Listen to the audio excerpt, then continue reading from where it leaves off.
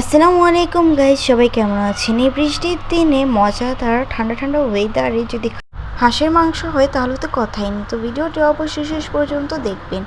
এখানে আমি মাংসটা নিয়ে নিয়েছি, দেখুন ভালো করে ধুয়ে পরিষ্কার করে নিয়েছি।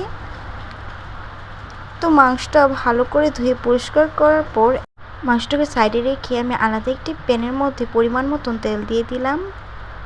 এবার এখানে দিয়ে দিলাম কাঁচা জিরা দেওয়ার পর হালকা একটু ভেজে নিব আর দিয়ে দিব শুকনো মরিচ। আমি এখানে 3টি শুকনো মরিচ দিয়েছি। এরপর এখানে দিয়ে দিলাম এলাচ, দারচিনি আর তেজপাতা। দেওয়ার পর আমি এখানে দিয়ে দিলাম পেঁয়াজ কুচি করে কাটাটা। পেঁয়াজ কুচি একটু বেশি পরিমাণে দিতে হবে। তারপর আমি ভালো করে সম্পূর্ণ মশলাটা হালকা একটু ভেজে নিব। পেঁয়াজগুলোকে ব্রাউন কালার পর্যন্ত ভেজে নিতে হবে।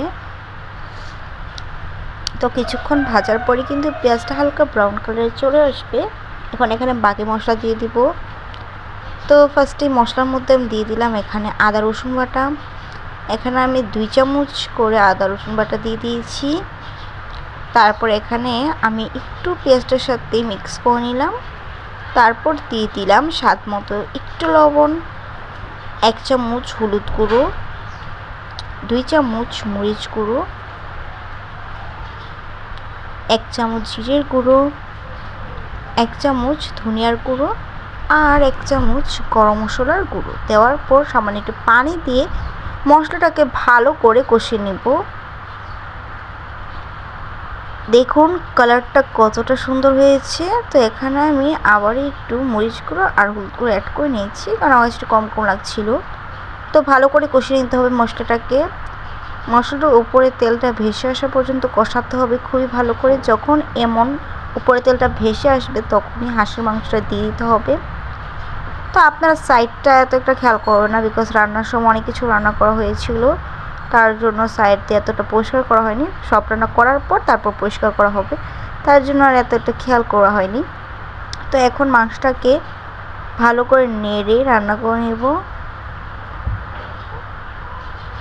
তো কিছুক্ষণ পর পর নেড়ে দিতে হবে। আর আমি এই পর্যায়ে এখানে 3টে আস্ত রসুন দিয়ে দিয়েছি আর কাঁচামরিচ দিয়ে দিয়েছি ফ্লেভারের জন্য। আস্ত রসুন দেওয়াতে যে কোনো মাংসতে আলাদা একটা ফ্লেভার চলে আসার খেতে অনেক বেশি মজার হয়।